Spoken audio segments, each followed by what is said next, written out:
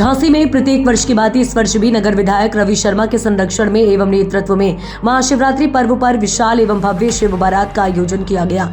भव्य शिव बारात मुरली मनोहर मंदिर बड़ा बाजार झांसी से प्रारंभ होकर बड़ा बाजार, मलिन चौराहा, जवाहर चौक, मानिक चौक, सिंधी तिराहा, रानी महल, मिनरवा चौराहा, सैयर गेट होते हुए मढ़िया महादेव मंदिर पहुंची। मढ़िया मंदिर के लिए कचहरी मार्ग पर स्थित नवीन मार्ग से बारात का प्रवेश हुआ। उक्त नवीन द्वार को फूल मालाओं से सजाकर तैयार किया गया था, जो आकर्षण का केंद्र रहा।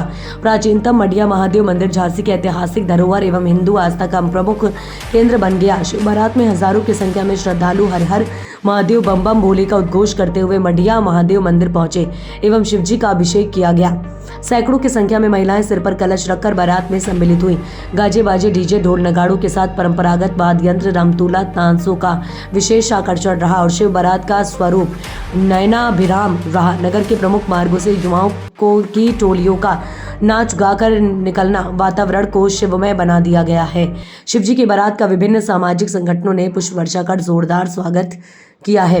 सिविल अस्पताल के पास अमित भार्गव की टीम, मानिक चौक व्यापार मंडल, अम्माजी की धर्मशाला पर, सिंधी समाज रानी महल पर उप सभापति प्रियंक नितिन साहू, पूर्व महापौर किरण बुकसेलर सहित कई लोग उपस्थित रहे। गोविंद चौराहा पर जयकिशन प्रेमानी की टीम ने फूलों की वर्षा कर अद्भुत स्वागत किया। आनंद रहा इस बार।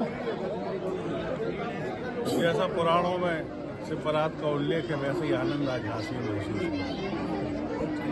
ये झांसी के जन जन के मन की बारात है। इसमें कोई किसी को बुलाने नहीं जाता, लेकिन लोगों को मालूम है कि इस मंदिर से हमारे सबका सम्मान बढ़ा था, तो वो सारे लोग स्वाभाविक रूप से बारात में शामिल होने के लिए, स्वागत के लिए जगह जगह लोग पंडाल अपने आप लगा लेंगे, जगह जगह लोग स्वागत करने लगेंगे।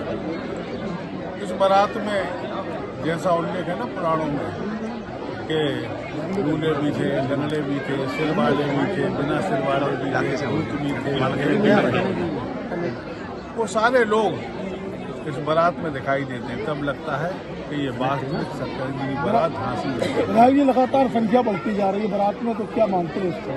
देखिए, 2006 का संघर्ष की चर्चा समाज में होती है कि 2006 में क्या इसके लिए रणनीति बनी थी, तो उसमें बहुत सारे हमारे मित्र थे।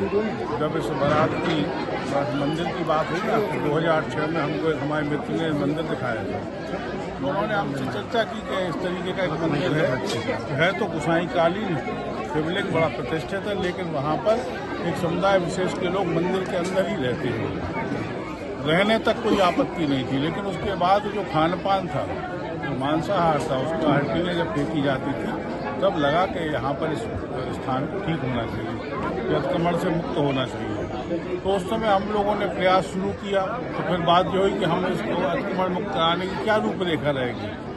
तब ये हुआ कि आने वाली शिवरात्रि जो 2007 में पड़ने वाली थी, उस शिवरात्रि को हम लोग इसके मंदिर तक एक शंकर जी की बारात प्रारंभ करेंगे। सबकी सहमति हो गई, जगह जगह मीटिंगें का दौर शुरू हो गया। जब प्रशासन को पता चला कि इस तरीके की कोई बारात निकलने वाली है, सैयर गेट जाएगी। सैयर गेट माने मुस्लिम बस्ती, यहाँ पर तो हमने रूट, तो बोले किस रूट से ले जाओगे, तो हमने उनको बताया कि रूट होगा मस्जिद के सामने से। तो बोले आज़ादी के बाद तो आज तक कोई निकला नहीं इसके सामने। तो हमने कहा हम हिंदुस्तान में ही तो रह रहे, हिंदुस्तान में रहने वाले लोग कहीं से भी निकल सकते हैं। ये तो हम लोगों का परस्पर प्रेम की भावना है, तो आप हम लोग क्यों बांट रहे, आप क्यों नहीं निकलने दोगे। लेकिन प्रशासन जहाँ एक और अड़ गया, वहीं दूसरी ओर कुछ अल्पसंख्यक समुदाय के नेता भी अड़ने लगे कि नहीं, हमारी मरकजी मस्जिद के सामने से कोई इस तरीके का धार्मिक आयोजन या जुलूस नहीं हो सकता। तब वो तनातनी चलती रही। उस तनातनी के बाद अंत में हमको तत्कालीन सीओ ने बुलाया। उस समय हम एक सामान्य कार्यकर्ता होते थे, बुलाया तो हमको बड़ा धमकाया अपने पास बिठा लेकर। हमसे बोले कि यदि कोई सांप्रदायिक चुनाव फैला तो तेरा घर तोड़ेंगे, तो उस पर गैंगस्टर लगाएंगे। तो हमने कहा ये सबसे सस्ता सौदा यही है, तो हमारा घर पटक दो लेकिन मंदिर खाली करा दो, इससे सस्ता कुछ हो नहीं सकता।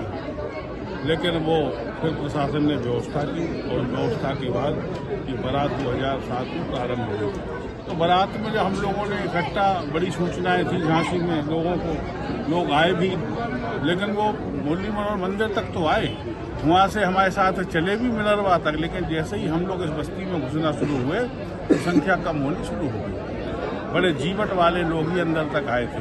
अमन पसंद लोग जो थे, जो अपने जीवन में शांति चाहते थे, वे वहीं के वहीं अपने वापस हो गए। लेकिन जब हम लोग पहली बार आए हैं, उसके बाद से ये झांसी की परंपरा की बारात हो गई, झांसी के उल्लास उत्साह की बारात हो गई। झांसी का शिवरात्रि हमको लगता है पूरे उत्तर प्रदेश में या तो काशी में होता होगा या झांसी में शिवरात्रि का उत्सव। विधायक जी, लेकिन आप देख रहे हैं कि मुस्लिम समुदाय के लोगों ने भी पुष्प वर्षा की, आपको पगड़ी पहनाई, स्वागत किया, तो इसी किस तरह से? नहीं, हम तो पहले ही कह रहे थे कि आप बिना काम में अकारण चिंतित, तो झांसी का मुस्लिम समुदाय ऐसा थोड़ी है जैसा आप हमको समझाने का प्रयास करते हैं। झांसी का अल्पसंख्यक समुदाय जो है वो अमन पसंद है, वो चैन चाहता है, चैन से जीना चाहता है। तब तो ये स्थान बड़ी शांति के साथ फिर खाली हो गया था, हमको लेकिन आंशिक खाली होकर के मिला था उस समय। और हम सबकी भावना है झांसी के हिंदू समाज की कि इस स्थान को संपूर्ण रूप से अब कब्जे से मुक्त करवा लिया जाए और यहाँ पर एक कॉरिडोर बना करके, क्योंकि हम यदि बात करें शिव भक्ति की, तो शिव भक्ति का प्रमुख क्षेत्र है बुंदेलखंड, क्योंकि यहाँ पर गोसाई राजा हुए और गोसाइयों के इष्ट थे भगवान भोलेनाथ शंकर।